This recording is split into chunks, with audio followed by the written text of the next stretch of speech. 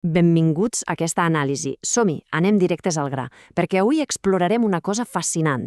Veurem com els sistemes de control operatiu més bàsics, aquells que semblen pura enginyeria, són en realitat un reflex absolut de l'automatització estratègica empresarial del nivell.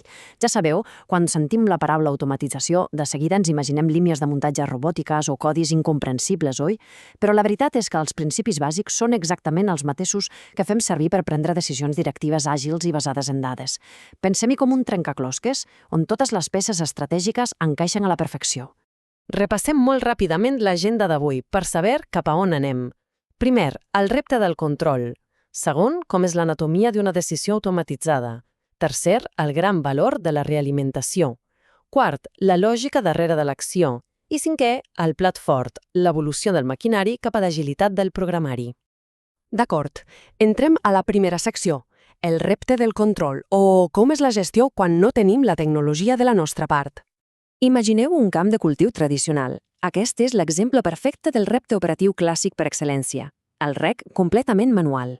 L'agricultor, literalment, ha de ser allà, físicament, per decidir quan obre l'aigua, quan la tanca, o per calcular a ull quina quantitat va a cada parcel·la. Si ho trasladem a nivell corporatiu, això és exactament com intentar gestionar una gran divisió o un departament sencer sense cap mena de dada en temps real, depenent només de la intuïció i de supervisar-ho tot manualment. És esgotador, oi?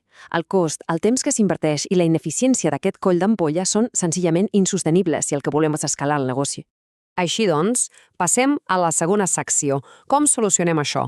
Creant el que en podríem dir el cervell operatiu o l'anatomia d'una decisió automatitzada. Fixeu-vos en aquest cervell. Es desglossa en 3 blocs fonamentals que, de fet, s'apliquen a qualsevol indústria: el procés, l'operador i el controlador. Portem-ho al terreny directiu. El procés és ni més ni menys que el mercat mateix o aquella operació diària que intentem governar. L'operador és qui estableix els grans objectius a assolir.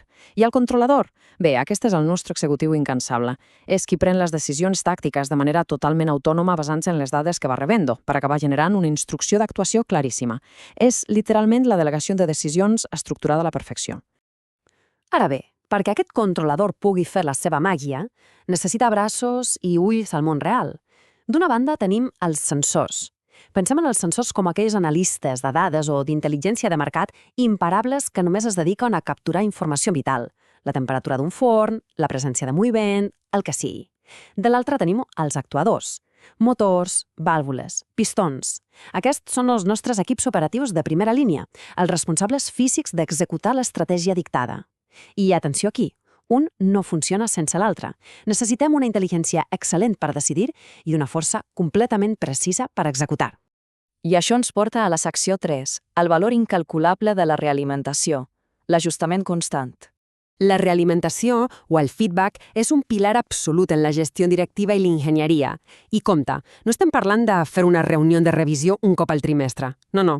Ens referim a l'adquisició automàtica i constant d'informació sobre com està el procés en cada mil·lisegon a través d'aquests sensors amb l'únic propòsit de modificar l'acció en aquell precís instant. Aquest és el verdader punt d'inflexió. Redueix de manera dràstica la necessitat de tenir un humà corregint coses constantment, perquè el sistema escolta, aprèn i s'ajusta completament sol. Mireu aquest contrast tan revelador. D'una banda, tenim un aspersor de jardí clàssic que funciona amb un temporitzador. És el que s'anomena un sistema de llaç obert. Funciona igual tant si està plovent a bots i barrals com si la terra ja està amarrada. És una execució completament cega. En canvi, mireu l'assecador de mans amb sensor. Això és un llaç tancat. Només s'activa si realment hi ha unes mans al davant. Aquesta execució, impulsada constantment per dades reals, ofereix un avantatge estratègic brutal. No només estalviem recursos, sinó que estem responent en temps real a la realitat del nostre entorn. Aprofundim una mica més en com pensa aquest assecador de mans, analitzant els 3 elements clau de qualsevol procés de realimentació eficaç. Primer de tot tenim la consigna, que és simplement el nostre objectiu operatiu. En aquest cas, volem que s'activi si hi ha presència. Després, el controlador rep la dada real dels sensors i la compara amb la consigna. I com a resultat d'aquesta comparació constant, neix el famós senyal d'error. Però un moment, aturem-nos aquí. Al món dels negocios, la paraula error sovint fa pànic, oi? Se sol malinterpretar. Però mireu com es visualitza amb l'exemple d'un forn. Si la nostra consigna, el nostre objectiu, són 250 graus i el sensor ens diu que estem a 200 graus, tenim un senyal d'error de 50 graus positius. La gran lliçó per endur-nos a casa és que l'error no és cap fracàs. Esborreu aquesta idea. L'error és simplement la mesura de desviació. És precisament aquesta mètrica de variància la que utilitza el sistema per reconduir la situació. Sense aquesta discrepància quantificada, seria del tot impossible fer l'ajust necessari per triomfar. Molt bé, entrem a la secció 4. Anem a veure les lleis i algoritmes que formen la lògica darrere de l'acció. A l'hora de reaccionar davant aquest error, ens trobem bàsicament amb dues estratègies o respostes algorítmiques. La primera és la de tot o res, un enfocament purament binari, o gas a fons o completament apagat. No hi ha termes mitjans i és ideal per a decisions molt ràpides i senzilles. L'altra opció és la resposta proporcional, on la intensitat varia de manera contínua segons la grandària de l'error. Aquesta és molt més matisada. Imagineu-ho com un cap de projecte que va modulant suaument el pressupost i l'equip a mesura que s'acosta la data d'entrega, en comptes de cancel·lar o aprovar-ho tot de còpies cegues. Per veure-lo a la pràctica, mireu l'exemple d'una porta automàtica i com s'estructuren les seves regles. El controlador sintetitza múltiples entrades per generar una sortida única i 100% lògica, sense cap ambigüitat.